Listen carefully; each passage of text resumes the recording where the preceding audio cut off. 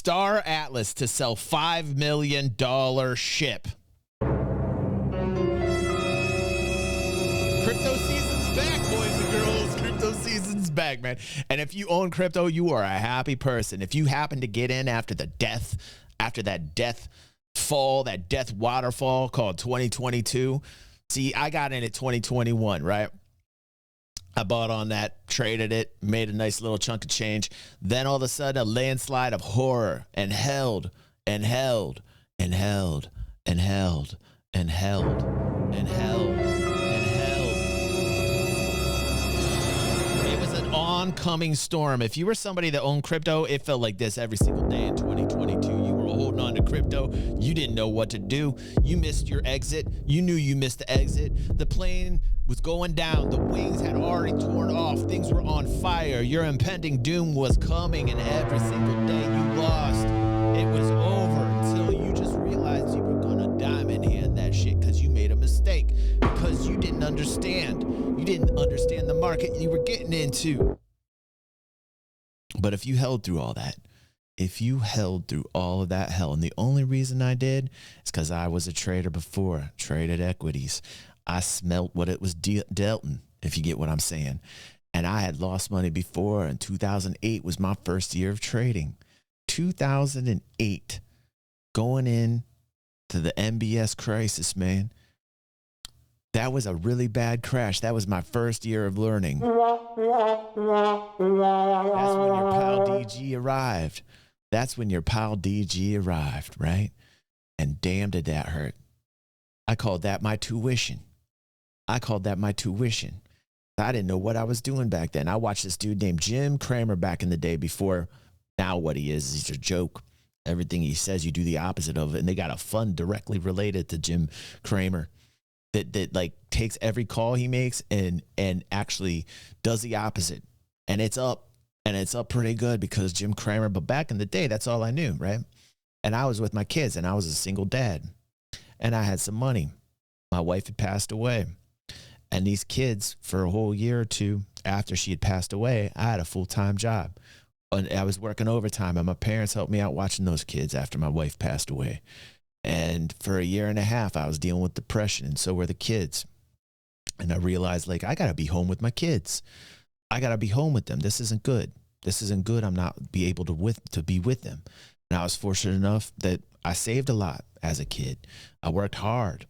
Ever since I was like 15, 16 years old, I had jobs. And I was always stacking money. I was always stacking it back in the day.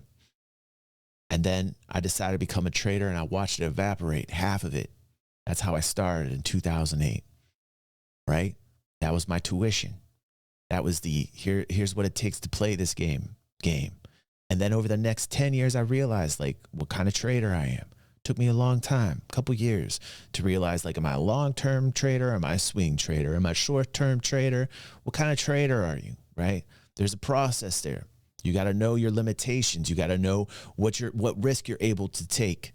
You got to know if you're a safe dude or you're like a risky dude or somewhere in between the two, right? It took me a long time to figure that out. And then I did. And then I started to profit from it. And I started doing pretty good. And then after that, I stopped for a while, got myself the old, like, white collar full-time job, cubicle kind of thing, except I was a manager, right? So I did that for 3 or 4 years and kind of just, let the trading do its thing. But the trading let me be there for my kids. The trading gave me time to be home with my kids after my wife had passed and be there with them and vlog and do cool things. And the trading kept me alive for a long time on my own. And it kept me home at very important years of my kids' lives. They were very young. It was the formative years, man. I wanted to be there. I wanted to be there for them as a dad. So I learned how to trade on my own, and I kept my head above water. And for 5 years after my wife had passed, I traded every single day of my life. And I played EVE Online. And then I traded. And then I had the kids. And then rinse, wash, repeat, cycle for 5 years. But I was home, and I was there for them. And it was good. And times were good. And then I realized I was going crazy in my basement. It's not like I could reach out and talk to you like I am right now. It was like I was alone, and I had monitors all over the goddamn place, and I was so glued into everything. And back in the day, you would watch CNBC. That's where you got the info, because the internet really wasn't doing a lot of financial public awareness like it is now on YouTube. Tons of financial dudes on YouTube now, man. They all say not financial advice, but all they give you is financial advice, really, if you listen close enough. Which everybody's biased in their trades that they take, but these guys aren't honest at all, because they're giving you advice every single moment of the day. Don't be fooled by that. But they got to put that there so they're not liable. So they get, I understand the game. I understand what they're doing. Anyway, point of my story is in 2021, I decided to get back into trading hardcore at 2021. And the irony is this. It was the top of a market. I did the same goddamn thing I did in 2008. 2008, I hit it hard. What happened? The MBS crisis. Worst time in the history of the stock market, except for the dot-com bubble. What'd I do? Well, I told you my whole story. In 2021, I said, what's this crypto stuff? This looks kind of cool. What is it? So I start trading the crypto like it's stocks. It's not. I didn't understand. It's faster. It's furious. It's beast mode. You got to hang on tight. This is a roller coaster. This is a buck and bronco. You can get returns just as fast in 3 weeks as you would if you held a stock for 20 years. All in the span of 2 weeks. A day. Hell, a day. I didn't know what I was doing. So I bought some here, I bought some there, and then I held too long. I made some money on all the way up, but then I held too long through 2022 and I had to hold it. And the reason I held it, the reason I knew to hold it is because I had been through this before in 2028 or in 2008. I had been through it before. In 2028, you're a time traveler? Yes, I am. I'm a time traveler. And I'm still in my basement. With a green screen. It's terrible. I'm a terrible trader. No. For real, though. I had been through it before in 2008. So what did I do with the crypto that I had? I held it. Not only did I hold it, not only did I hold the crypto that I was in a loss, that I was in severe losses with, but I started buying on the way down.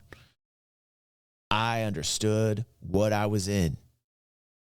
I felt this feeling before and I said, I am going to profit from this. I'm going to make money from this. I've been through this 20 million times before. Well, one big time and then small times on the way up. But the big one, right? And I felt this feeling before. And 2022 was in fact that. It was the same vibe. And I held and I held and I bought little bits, not tons. I don't have that kind of cash. I'm always struggling. I'm perpetually broke. But I'm saving. I'm saving for the future. I don't touch it. Something bad happens. It's there for when something bad happens, right? It's there for my kids, right? Just don't ever look at that. Don't ever touch it. That's just a tip from me. I held and I bought on the way down in 2022. And now I'd like to say,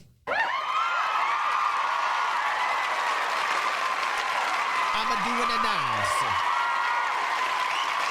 A spicy meatball. And the interesting thing is because now I'm up on all my positions, on all my crypto positions, I have Bitcoin, I have Solana, Perp Dono. I've got crypto dudes will know what I'm talking about there. I got a bit. And I'm up on all of it because I realized what I was in. I took advantage.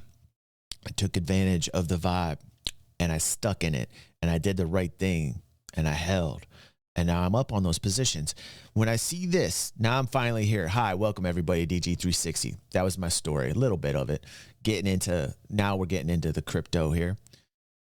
Star Atlas to sell a $5 million ship. Reports and sources including Michael Wagner, CEO, Star Atlas, strongly suggests that Star Atlas is in final negotiations to sell the largest NFT ship ever sold. And I thought to myself, this is a familiar song. It's a familiar song. I remember the NFT craze. I remember in 2021. I don't think NFTs will ever go away. I think they'll have use when it comes to like advertisements and way of tracking people that want to collect collectibles for tickets. I think there's a use. I think there's a use case for them. I don't think it's necessarily as huge. I think it'll also be art related. I think you always have that aspect with NFTs. I think there's a market.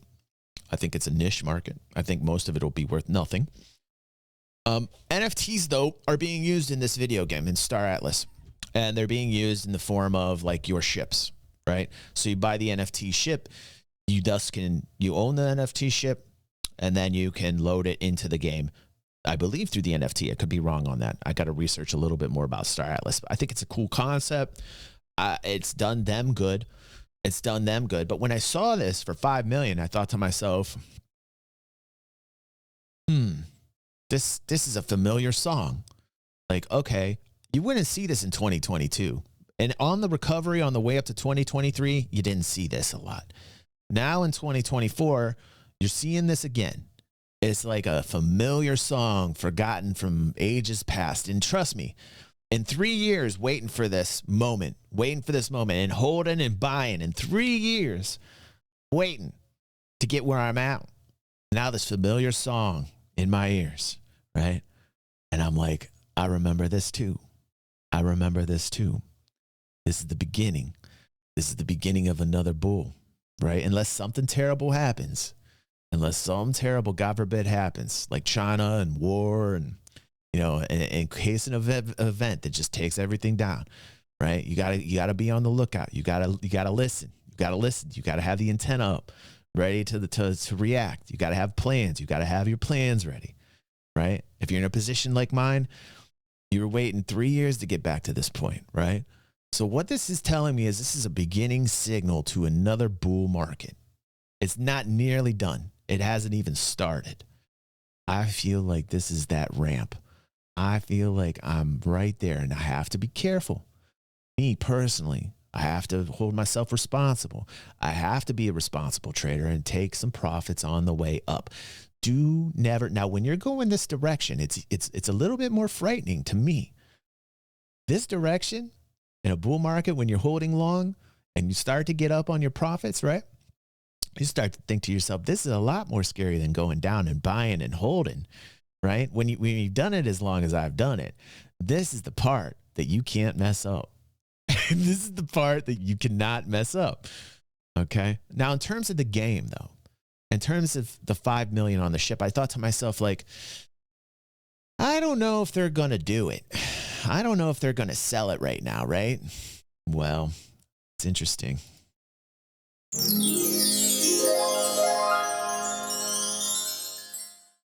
I doubted it. I was like, not yet.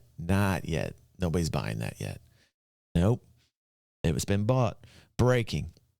T1 sale confirmed. HNN has independently verified with, it looks like blockchain analysis of some sorts or Twitter accounts associated with a ledger of some sorts where they can track this because it's all public. Is indeed the buyer of the 5 million Pearce T1 Titan ship in Star Atlas. And I thought to myself,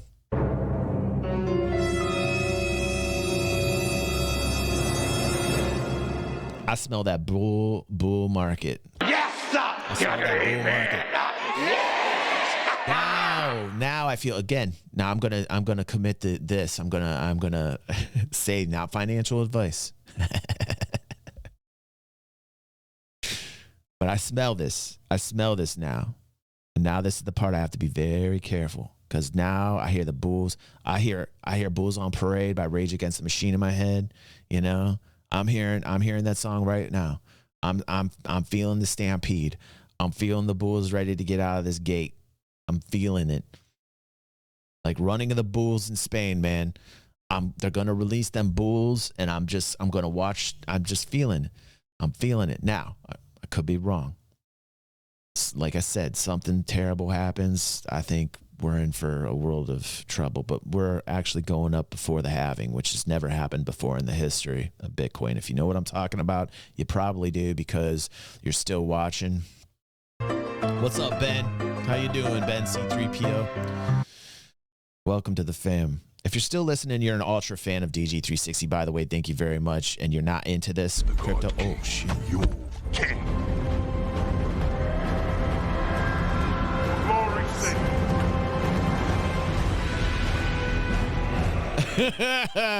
He says, I smell some bull, but also it's some bull shiza. Now, in regards to gamers, yeah, Web3 space is very contentious space.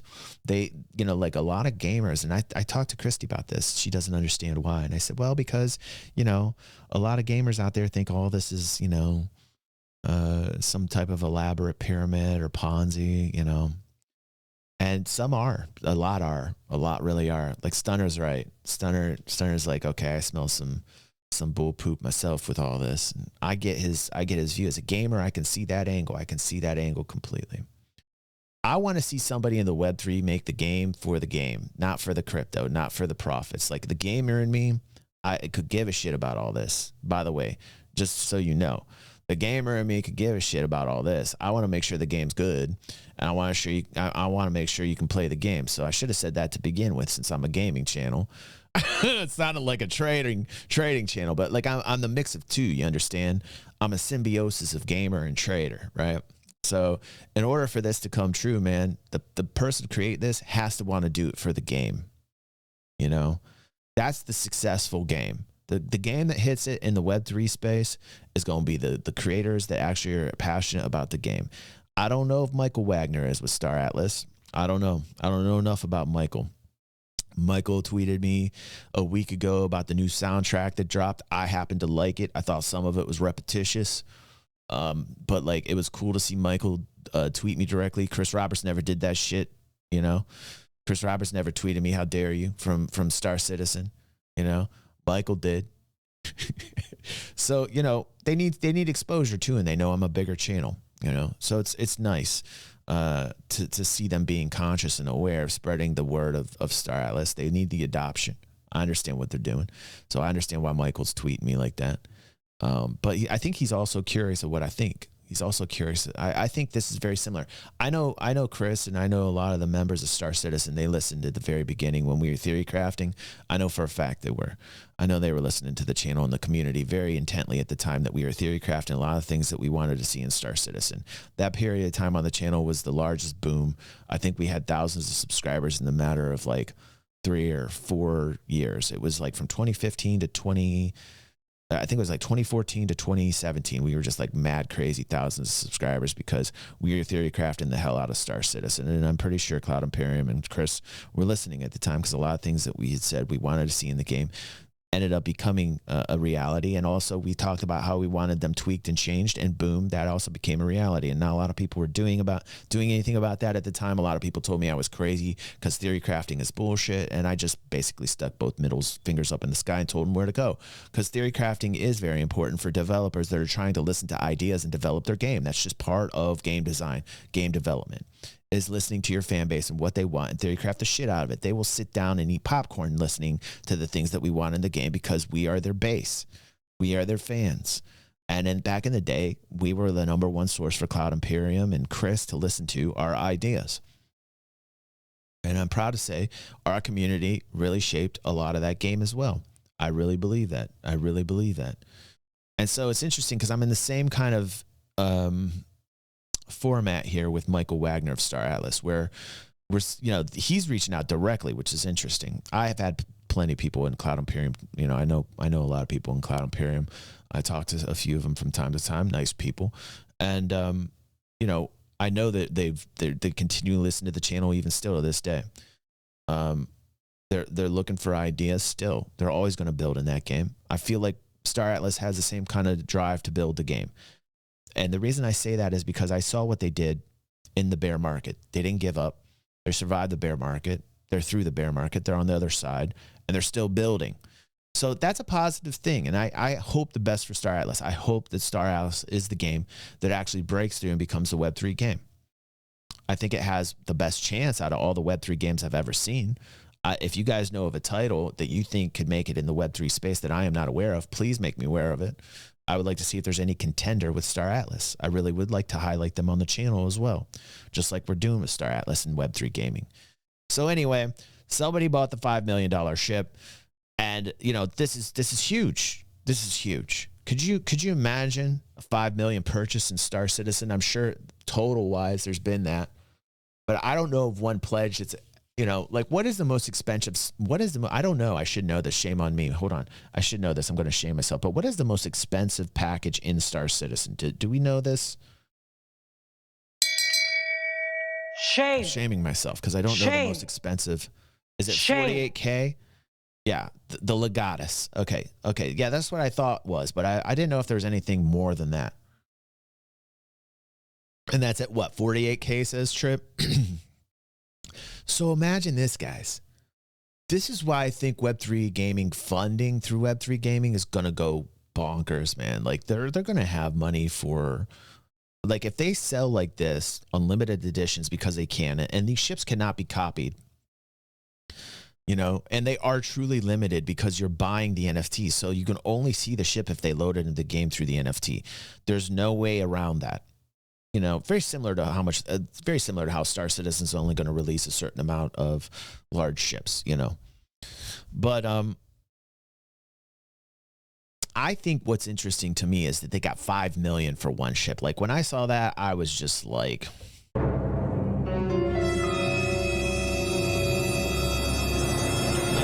that smells very prosperous. And you know, like I feel like funding in this space is going to explode and you have to be careful. My advice is if you're getting out into the Web3 world with Web3 gaming, be very careful because there is not one title that I would say is a success because there hasn't been one yet in this space. This is why I find covering this fascinating.